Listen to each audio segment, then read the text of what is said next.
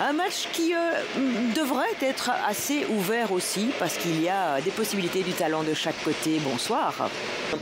D'un côté comme de l'autre, on aura Davy Roof dans les buts, une défense à 4 avec Gambor, avec Watanabe et Toru Nariga. Pas mal d'absents aussi du côté de Gand avec Nourio, avec Noah Fadiga, Mathis Samoise aussi qui s'est blessé en coupe cette semaine.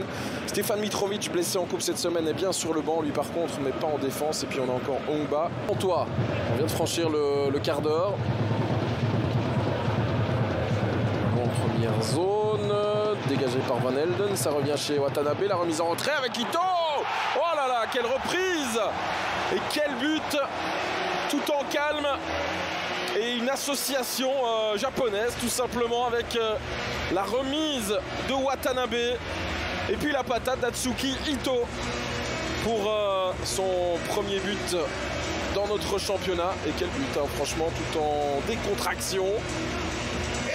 La remise de Watanabe est très très propre. Regardez ici le défenseur là qui contrôle. Petite remise un peu bondissante, mais là c'est parfait pour reprendre en drop. Et ça évidemment pour les footeux, une reprise en drop comme ça, généralement quand on la prend bien, ça part tout droit. Il n'y a pas besoin de mettre beaucoup de... Qui manque de temps de jeu cette saison, manque un petit peu de rythme dans ses décisions aussi. Il a tardé à décider et ça permet cette récupération et cette reconversion pour les Canaries avec Bertaccini qui va frapper à distance. Un ballon repoussé par Davy Roof. Datsuki Ito. On revoit une dernière fois cette frappe de Bertaccini, mais je le disais, Saint-Tron a mis un petit peu de temps, mais est rentré dans son match en fin de première mi-temps. Il faudra voir si Van Helden va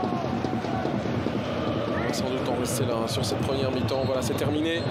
Monsieur Verbomen qui renvoie tout le monde au vestiaire sur ce score de 1-0. J'ai quand même un doute finalement sur mon propos et sur mon analyse en voyant ce ralenti très rapide. Bref, c'est reparti dans l'autre sens avec Dean, justement, nouvelle possibilité pour lui, qui les enchaîne dans ce début de deuxième période. Branken qui comprend certainement que sur les dernières opportunités, il y a eu des coups à jouer pour Saint-Tron. Et attention, parce que là, c'est peut-être le deuxième but, non! Omri Gondelman sur la latte. Et Léo Kokubo très heureux de voir cette tentative.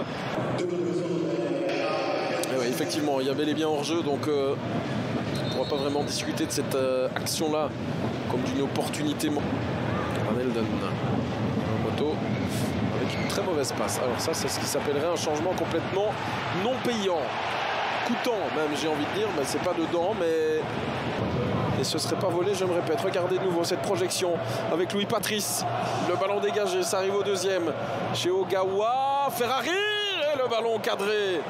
Il allait chercher le soupirail là du côté de Gand. Pour l'instant, il y en a aussi un petit peu du côté de Saint-Tron avec cette reprise de volée qui manque de puissance pour Andrés Fer. Qui comprend pour l'instant que son équipe perd le fil. Il faut prendre des décisions. Le coup franc pour Saint-Tron, non, ça c'est... Bertaccini qui essaie de laisser filer ce ballon pour Ferrari.